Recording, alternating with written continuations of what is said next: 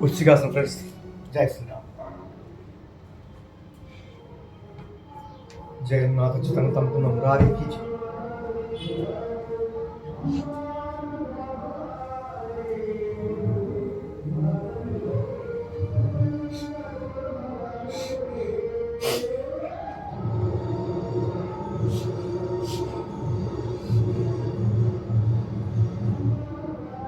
రామ్ రామ్ రామ్ రామ్ రామ్ రామ్ రామ్ రామ్ రామ్ రామ్ రామ్ రామ్ రామ్ రామ్. जय श्री रामचंद्र महाप्रभु की जय, जानकी प्रभु की जय, दशरथ तनयुడి की जय, सूर्य वंशराजु की जय, तुळुव వంశీయుడికి జై. తుళువ వంశీయుడు ఎవరైనా ఇక్ష్వాకు వంశం రాముల వారు, సారీ, తుళువ శ్రీకృష్ణ దేవరాయ అలాగే ఇక్ష్వాకు వంశం రామచంద్ర ప్రభుకి జై.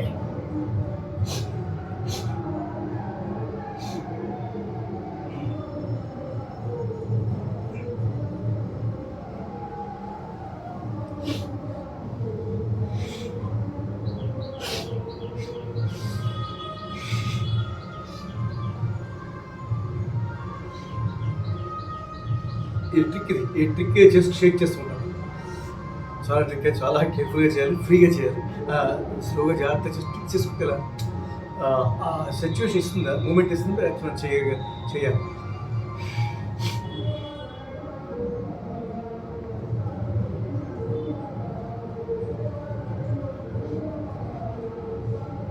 చాలా ఫ్రీ అవుతుంది. అది చెప్తుంది ఫ్రీగా చెయ్యి అని చెప్పినప్పుడు చేయాలి. హరే కృష్ణ.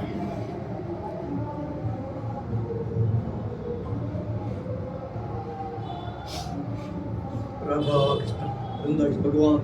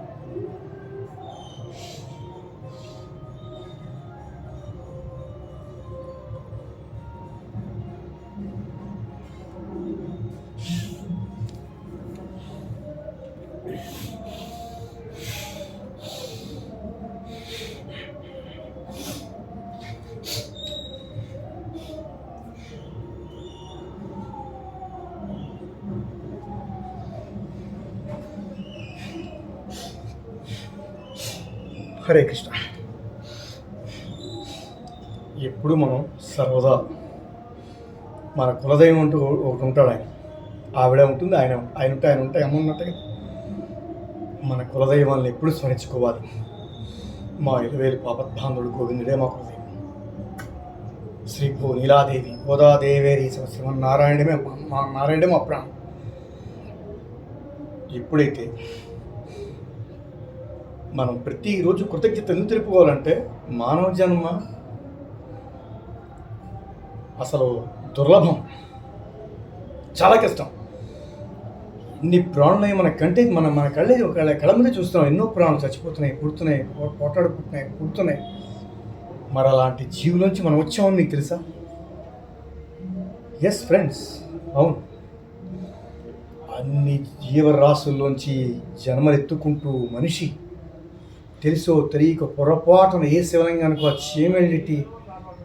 చీమెళ్ళి ఆ మరేడు చెట్టు మీద ఏమన్నా గూడు పెట్టుకుని ఆ పొరపాటున తెలియకుండా ఆకి ఏమన్నా తన బిడ్డల కోసం రక్షణ కోసం కోసుకుని పెడదామనుకుందేమో. ఆ దళం ఏదన్నా పొరపాటున రాలి కింద పడి శివుడి మీద పడినా సరే త్రిజన్మ పాప సంహారం ఏకబిల్వం శివార్పణం అన్నాడు. ఎస్, తెలియకుండా చీమ కావచ్చు, ఏ ప్రాణినే కావచ్చు. ఇలాగా ఏడుకొండల వాడి దగ్గరికి వెళ్ళచ్చు, రకరకాల గుళ్ళు ఉన్నాయి. ప్రాణుల్లో తెలియకలా వెళ్ళి ఏదన్నా పొరపాటున ఆ అమృతం కానీ ప్రసాదం కానీ తిన్న మహిమతో కూడా జన్మరాహిత్యం జరుగుతూ పొరపాటున ఏ మహానుభావు తీర్థ ప్రసాద తిని ఏ గోవుగా పుట్టి ఏదైనా తింటే మటుకు మానవ జన్మ వస్తుంది. మరి ఇన్ని జీవరాశి ఎత్తే కదా మనిషి జన్మ వచ్చింది. ఎంత కృతజ్ఞత కలిగి ఉండాలి భగవంతుడి పట్ల. అల్లా కావచ్చు, జీసస్ కావచ్చు, మీరు నమ్ముకు ఎవరైనా కావచ్చు, గురునానక్ కావచ్చు, నారాయణుడు, శ్రీమన్నారాయణ, శివుడే, కేశవుడు అని నేను ఎవరైనా కావచ్చు, నమ్ముకున్నవాళ్ళు ఆ భగవంతుడికి ఎప్పుడు సర్వదా విధేయులై కృతజ్ఞులై ఎప్పుడూ వంగిపోయి ఉండాలి. ఎస్, కళ్ళు లేనివాడు చూడగలడా? అలాగే చేయి లేకపోయి కాళ్ళు లేకపోయినా మరి ఇన్ని మనకు అంగాలు ఇచ్చాడు, ఎంత జ్ఞానం ఇచ్చాడు, ఎంత ఒదిగిపోయి ఉండాలి తండ్రి. ఎస్ ప్లీజ్ ఫ్రెండ్స్, ఎప్పుడు విధేయులై ఉండండి, అపకారం చేయకండి. ఉపకారం చేయకపోయినా పర్వాలేదు. ఇది ధర్మం, ఇది సత్యం, ఇది తెలుసుకోండి. హరే కృష్ణ. కులదైవాన్ని ఎప్పుడు గౌరవించండి. ఈ శరీర ఆరోగ్యం ఐశ్వర్యం మరి పక్షక్షయ సుఖం దేవీత్వ దృష్టానాం పురుషానాం దుర్లభం త్వం మాతా సర్వలోకానాం దేవదేవ హరి పిత త్వయిత్వ దృష్ణాచం జయప్యాతం చరాచరం.